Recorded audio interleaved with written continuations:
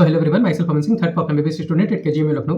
तो ये जो वीडियो है ये मैं उनके लिए बना रहा हूँ जिनके नंबर 500 से कम आ रहे हैं, है ना। 550 से कम जिसके नंबर आ रहे हैं, 500 से जिसके कम नंबर आ रहे हैं, 400 से 500 के बीच में, है ना। वो लोग काफ़ी ज़्यादा परेशान हैं क्योंकि उनके स्कोर बढ़ नहीं रहे हैं। वो लोग प्रिपरेशन कर रहे हैं, पढ़ाई कर रहे हैं, बहुत मेहनत कर रहे हैं, लेकिन थोड़ा सा उन्हें ओरिएंट होने की जरूरत है एक अच्छे डायरेक्शन में, जिससे उनका स्कोर और भी बढ़े और अच्छा स्कोर है। ये वाले जो बच्चे हैं वो काफ़ी ज़्यादा स्ट्रेस्ड हैं। तो सबसे पहली चीज़ तो अपने स्ट्रेस को थोड़ा कम करो और पढ़ाई में अपनी प्रोडक्टिविटी को और अच्छा करो, है ना। क्योंकि यदि आपका ये इस लूप में फंस जाओगे, है ना, इस लूप में फंस जाओगे, नंबर नहीं आएगा, स्ट्रेस लोगे और बेकार पढ़ाई होगी और कम नंबर आएगा, इसी लूप में फंसे रहोगे। तो सबसे पहली चीज़ तो अपने आप के थोड़ा थोड़ा स्ट्रेस फ्री रखो, थोड़ा सा अपने माइंड को रिलैक्स रखो, मेंटली थोड़ा सा शांत रहो, है ना।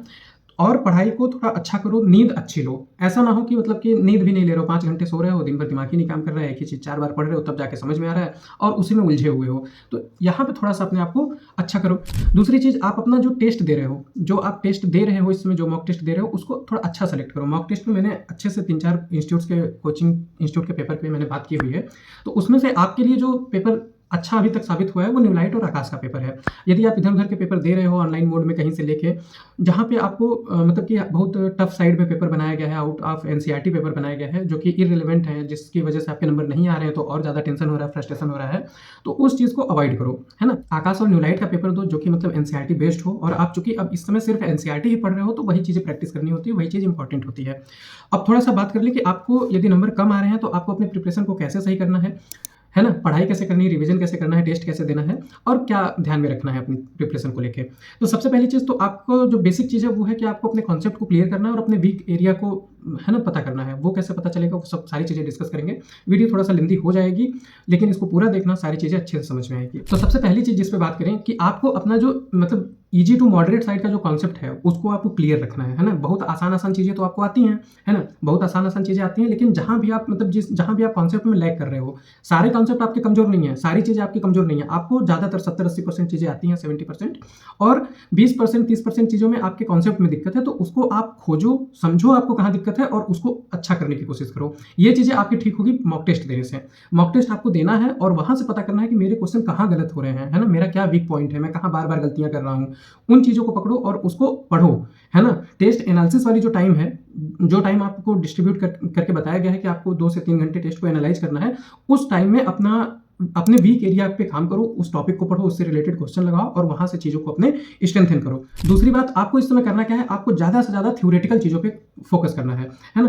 क्योंकि बच्चे गलती कहाँ करते हैं कि वो फिजिक्स को ही लेकर दिन भर बैठे रहते हैं, क्योंकि फिजिक्स का एक बहुत हाइप है दिमाग में कि फिजिक्स नहीं हो पाएगा, फिजिक्स से टफ है। लेकिन इस चक्कर में क्या हो रहा है कि वो अपने थ्योरेटिकल चीज़ों को और अपने एनसीईआरटी के जैसे बायो हो गई, ऑर्गेनिक हो गई, इनऑर्गेनिक हो गई, इन चीज़ों को बहुत छोड़ रहे हैं, जितना करना चाहिए उतना नहीं कर रहे हैं। जिसकी वजह से क्या हो रहा है कि उनके थ्योरी में भी कम नंबर आ रहे हैं। मतलब कि आसान जो वन लाइनर क्वेश्चन है, जो स्टेटमेंट वाले क्वेश्चन है, उसमें भी गलतियां हो रही हैं, लेकिन उस पर उनका ध्यान नहीं जा रहा है। उनका ध्यान पूरा वहां है कि मेरे फिजिक्स में 100 नंबर आए हैं या उससे कम नंबर आ रहे हैं, तो उनका पूरा ध्यान फिजिक्स में है, वो थ्योरेटिकल चीज़ों को छोड़ रहे हैं, है ना। तो पढ़ाई आपको कैसे करनी, 3 फेज में करनी है। एक पढ़ाई करना है, रिवीजन करना है और टेस्ट देना है। पढ़ाई की बात करें तो सीधी बात है कि आपको अपने कमजोर एरिया पे फोकस करना है, जो आपका मतलब वीक टॉपिक है उस पर फोकस करना है। कैसे करना है, मॉक टेस्ट के थ्रू, वो मैंने बताया कि मॉक टेस्ट देना है, उसको एनालाइज करना है और उसके थ्रू अपने कमजोर चीज़ों को पकड़ना है और उसको अच्छे से पढ़ना है ना। टेस्ट दिया, आपका बार बार क्वेश्चन गलत हो रहा है, मान लो कोई एक पर्टिकुलर टॉपिक है, हाँ, मान लो जैसे कि इवोल्यूशन में आपका जो ह्यूमन का जो इवोल्यूशन है उसमें बार बार आप गलत कर रहे हो, बायो का एग्जाम्पल, तो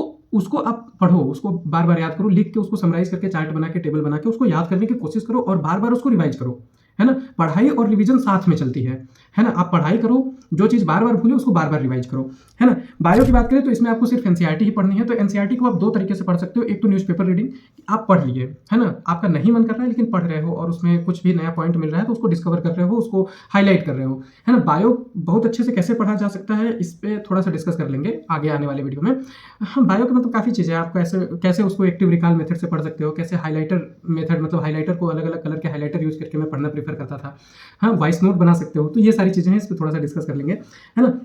बायो में आपको पढ़ते समय एक तो न्यूज़पेपर टाइप में पढ़ गया कि आप पढ़ लिए, मतलब कि पेन उठाए, हाइलाइटर उठाए, पढ़ लिए बायो। दूसरा, जहाँ पे आपके कमजोर एरिया हैं, जो चीज़ें आपको बार बार फंसाती हैं, जो चीज़ें आपके बार बार गलत कराती हैं, उसको आप मतलब कॉपी पेन लेके लिख लिख के पढ़ोगे। अब लिखने में क्या होता है, कई बार बच्चे क्या होता है पूरा एनसीईआरटी की लाइन लिख लिख के याद करने की कोशिश करो, नहीं, आप उसमें से चीज़ों को एक्सट्रैक्ट करो, है ना, चीज़ों को एक्सट्रैक्ट करो, चीज़ों को टेबल के फॉर्मेट में बनाओ, चार्ट के फॉर्मेट में बनाओ, समराइज करो, कंपेयर करो और उस तरीके से उसको याद करो, तो वो ज़्यादा दिन तक और ज़्यादा अच्छे से याद होता है।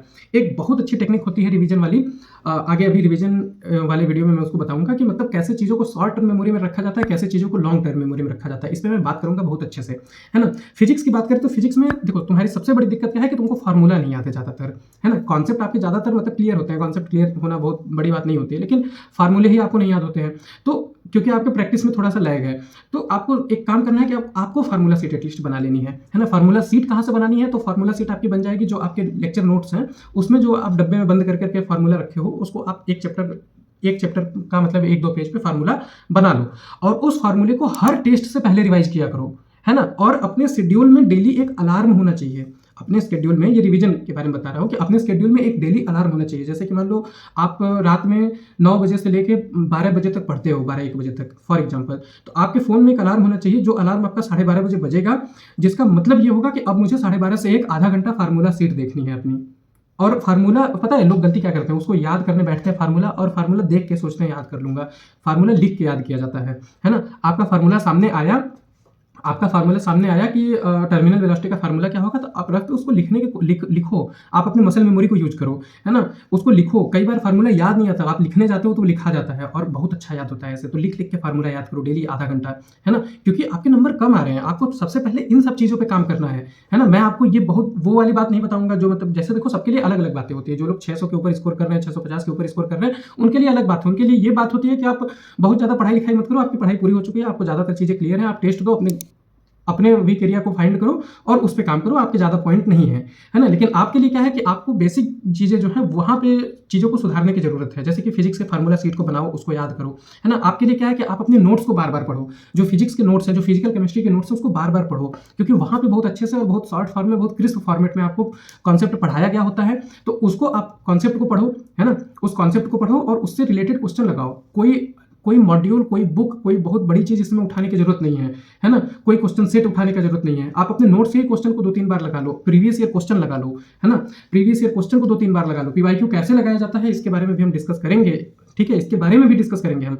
तो प्रीवियस ईयर क्वेश्चन को लगा लो, ठीक है, अपने नोट्स को पढ़ दो। यदि आपके पास किसी चैप्टर के, किसी टॉपिक के, किसी पर्टिकुलर चीज के यदि नोट्स नहीं है फिजिक्स में, तो आप डीसी पांडे की बुक उठा लो, उसकी थ्योरी आप पूरी पढ़ लो और उसके एग्जांपल लगा लो, आपका काम हो गया। और उसको एक बार और दोहरा लोगे, आपका काम हो जाएगा। उसमें से जो फार्मूला एक्सट्रैक्ट करके उसको अपने नोट्स में लिख लो, जो फार्मूला सीट आप बना रहे हो, है ना। रिवीजन में एक तो ये हो गया कि आपको फार्मूला डेली रिवाइज करना है, एक अलार्म बजेगा आपका और आपको आधे घंटे फार्मूला लिख लिख के प्रैक्टिस करना है। बायो वगैरह में कैसे रिवीजन करना है, तो कोशिश करो हर तीसरे चौथे दिन चीजों को रिवाइज करने की, है ना, सारी चीज़ों को जल्दी जल्दी रिवाइज करने की, मल्टीपल टाइम्स रिवाइज करने की कोशिश करो। बायो में जो कमजोर चीज़ें हैं उनको आप नोट करो, जैसे फॉर एग्जांपल वही ह्यूमन इवोल्यूशन हो गया, फॉर एग्जांपल एनिमल किंगडम के एग्जांपल नहीं याद हो रहे तो उसको एक जगह लिखो एक पेज पे, और उन सारी चीज़ों को, अपने शॉर्ट नोट्स को, जो बायो के शॉर्ट नोट्स हैं, जो केमिस्ट्री के शॉर्ट नोट्स हैं, उनको बार बार रिवाइज करने की कोशिश करो। तो इन सारी चीज़ों पर जब आप कई बार काम करोगे तभी आपका मतलब स्कोर बढ़ेगा, है ना। जो बेसिक चीज़ें हैं उस पर ज़्यादा काम करो। और इसके बाद बात करें थोड़ा सा तीसरी चीज जो कि मॉक टेस्ट है, तो आप मॉक टेस्ट मतलब कि आपके यदि 500 से कम नंबर आ रहे हैं तो बहुत ज्यादा मॉक टेस्ट डेली आपके लिए नहीं है। आपके लिए क्या है कि आप 2 दिन एकदम अच्छे से पढ़ो और तीसरे दिन मॉक टेस्ट दो, फिर 2 दिन अच्छे से पढ़ो, फिर तीसरे दिन मॉक टेस्ट दो, है ना। ये चीजें आपको करनी है। 2 दिन मतलब आप यदि डेली का 12, 13, 14 घंटा भी पढ़ते हो तो आप आज 14 घंटे पढ़े, कल 14, 15 घंटे पढ़े, फिर तीसरे दिन आप 3 घंटे टेस्ट दिए, 3-4 घंटे उसको एनालाइज करें, फिर उसमें भी 6-7 घंटा बचा, वहां भी पढ़े, है ना। तो ये काम करो आप।